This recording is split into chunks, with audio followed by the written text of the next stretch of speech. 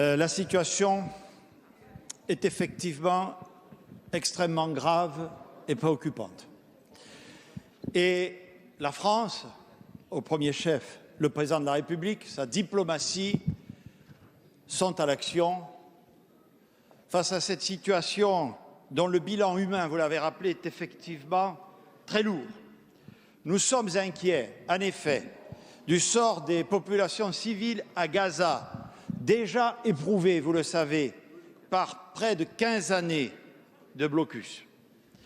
Cette spirale de violence ne se limite d'ailleurs pas à Gaza. Dans plusieurs villes israéliennes, les tensions entre populations ont atteint un niveau de violence inédit.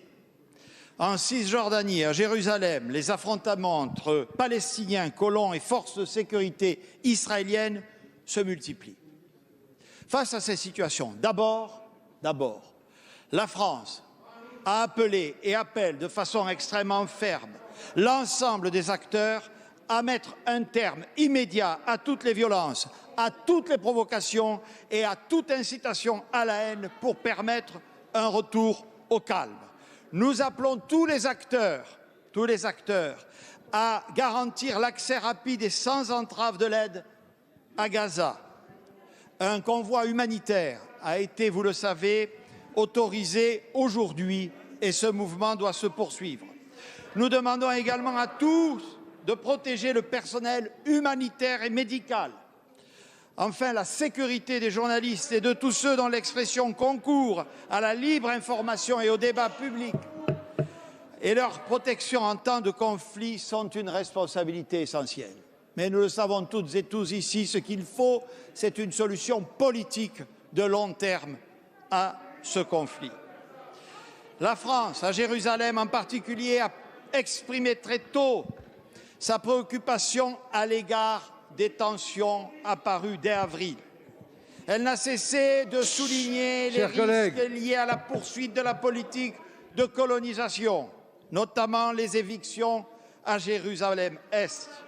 Elle a enfin rappelé la stricte préservation du statu quo historique dans les lieux saints de la ville. Elle réitère devant la représentation nationale son attachement indéfectible à la sécurité d'Israël.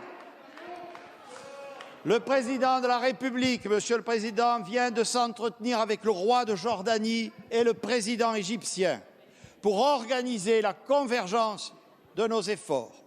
Il avait reçu hier ce dernier et s'était entretenu, vous le savez, au cours des jours précédents avec le Premier ministre Netanyahou et avec le président Abbas. Nous soutenons sans réserve les efforts de médiation égyptiens avec lesquels nos démarches sont étroitement coordonnées.